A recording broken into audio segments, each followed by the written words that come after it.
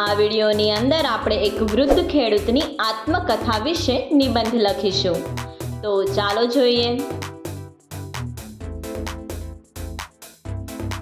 મારો જન્મ ગામડાના એક ખેડૂત કુટુંબમાં થયો હતો.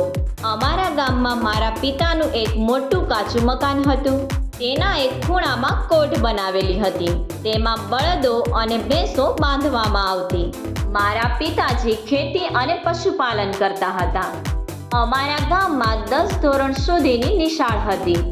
મેં એમાં 10 ધોરણ સુધીનું શિક્ષણ મેળવ્યું. હું મારા પિતાનો એકનો એક દીકરો.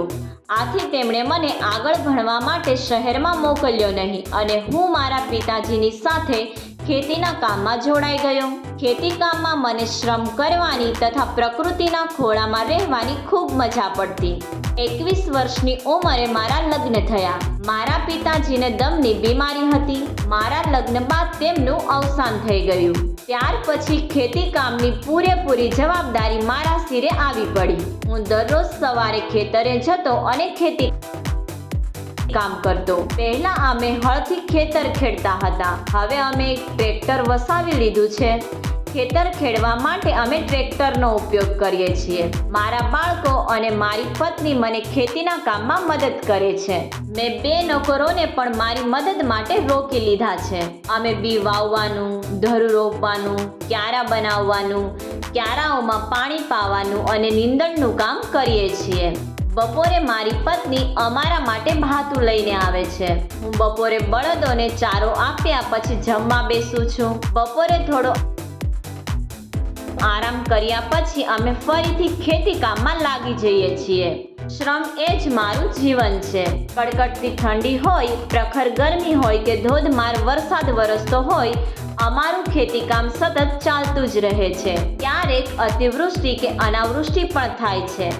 એ વખતે ખેતરોમાં અનાજ પાકી શકતું નથી. ખેતરોમાં પશુ પંખીઓ અને ચોરનો રંજાડ પણ રહે છે. અમારે આવી બધી મુશ્કેલીઓનો સામનો કરતા રહેવું પડે છે.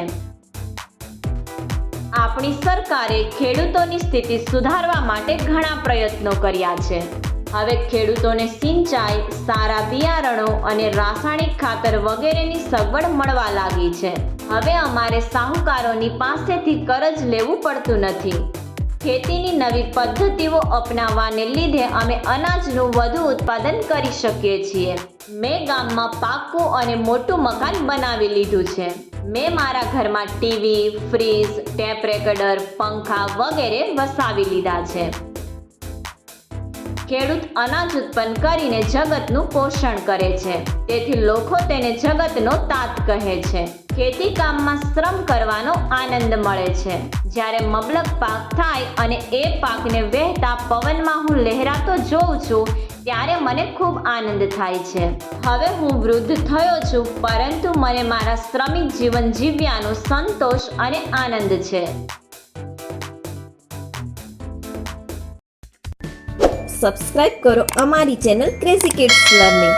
નવા વિડીયોનું નોટિફિકેશન મેળવવા માટે બેલ આઇકોન પ્રેસ કરવાનું ચૂકશો નહીં. અને જો તમને વિડીયો પસંદ આવે તો લાઈક અને શેર કરવાનું ભૂલશો નહીં.